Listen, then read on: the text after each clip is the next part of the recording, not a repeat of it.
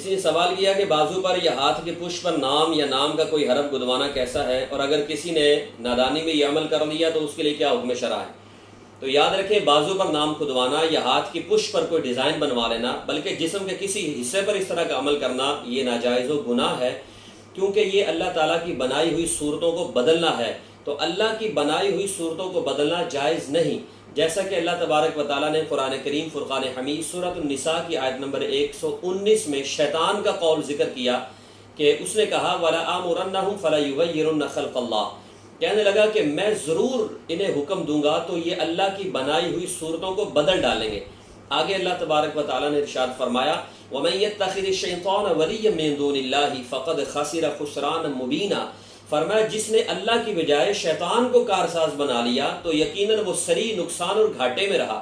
اسی طرح سرکار دو عالم صلی اللہ تعالی علیہ وآلہ وسلم کی احادیث مبارکہ موجود ہیں، جیسے امام مسلم نے اس کو روایت کیا، مسلم شریف کی حدیث نمبر 2125 میں حضرت سیدنا عبداللہ ابن مسعود رضی اللہ تعالیٰ عنہ کا یہ عمل موجود ہے۔ فرمایا قال لعن اللہ الواشمات والمستوشمات والمتنصمات والمتفلجات للحسن المغیرات خلق اللہ، کہ آپ رضی اللہ تعالیٰ عنہ نے ارشاد فرمایا اللہ تعالیٰ کی لعنت ہو ایسی عورتوں پر جو گودنے والی ہے اور گدوانے والی ہے اور بالوں کو اکھیڑنے والی ہے اور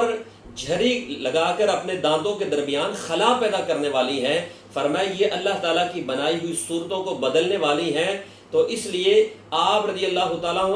عنہ ان پر لعنت فرمایا کرتے تھے۔ تو جب یہ بات قبیلہ بنو اسد کی ایک خاتون ام یعقوب تک پہنچی تو انہوں نے حضرت سیدنا عبداللہ ابن مسعود رضی اللہ تعالیٰ عنہ سے سوال کیا، کہنے لگی عبداللہ ابن مسعود آپ ایسی عورتوں پر لعنت کیوں کرتے ہیں؟ تو حضرت سیدنا عبداللہ ابن مسعود رضی اللہ تعالیٰ عنہ نے ارشاد فرمایا وَمَا لِي لَا أَلْعَنُ مَنْ لَعْنَ رَسُولُ اللَّهِ صلی اللہ علیہ وسلم وَهُوَ فِي کتاب اللہ،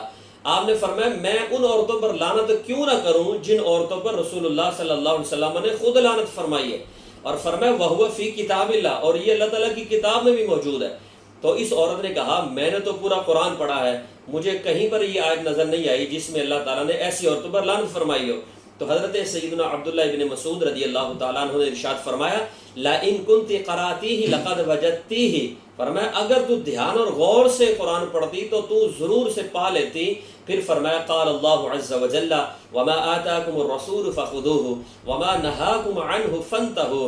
قرآن کریم فرقان حمید سورۃ الحشر کی آیت نمبر 7 میں اللہ نے فرمایا کہ جو رسول اللہ صلی اللہ علیہ وسلم تمہیں دیں، یعنی جو احکامات شریعہ تمہیں بتائیں انہیں لے لو، اور جن سے منع فرمائے ان سے رک جاؤ۔ تو سرکار دو عالم صلی اللہ علیہ وآلہ وسلم نے چونکہ ایسی خواتین پر لعنت فرمائی ہے اور اس طرح کے عمل سے حضور نے منع فرمایا ہے، تو اس طرح کے عمل سے باز رہنا یہ حضور صلی اللہ علیہ وسلم کی حدیث پر بھی عمل ہے اور قرآن کی آیت پر بھی عمل ہے، ان دونوں پر عمل ہو جائے گا۔ تو اس لیے آپ رضی اللہ تعالیٰ عنہ نے ارشاد فرمایا کہ یہ کتاب اللہ میں بھی موجود ہے کہ رسول اللہ صلی اللہ علیہ وسلم کے حکم پر عمل کرنا ایسے ہی ہے جیسے قرآن پر عمل کرنا۔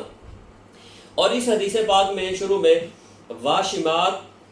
اور مستوشمات، جس کی جو واحد ہے واشمہ اور مستوشمہ، یہ لفظ استعمال فرمائے گئے۔ واشمہ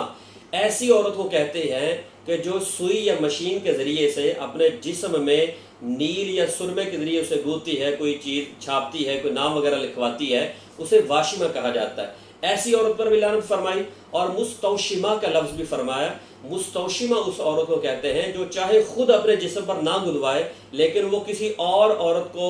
گودنے والی ہو، اس عورت کو مستوشمہ کہتے ہیں، تو اس پر بھی لعنت فرمائی گئی۔ تو چاہے یہ مرد ہوں عمل کریں یا عورتیں عمل کریں، دونوں اس حکم میں داخل ہوں گے۔ تو اس سے پتہ چلا کہ حرام کام فاعل اور مفعول دونوں کی لعنت کا سبب بنتا ہے۔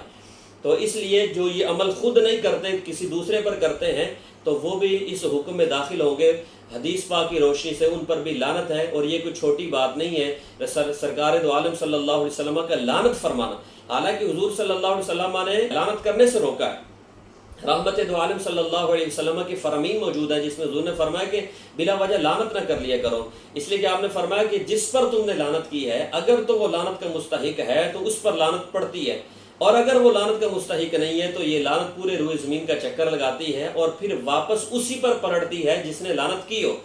تو بلا وجہ لعنت کرنے سے منع فرمایا، لیکن سرکار دو عالم صلی اللہ تعالی علیہ وآلہ وسلم نے خود ایسی عورتوں پر لعنت فرمائی۔ اندازہ کریں کہ کیسے وہ بدبخت لوگ ہیں کہ جن پر سرکار دو عالم صلی اللہ علیہ وسلم نے لعنت فرمائی ہے۔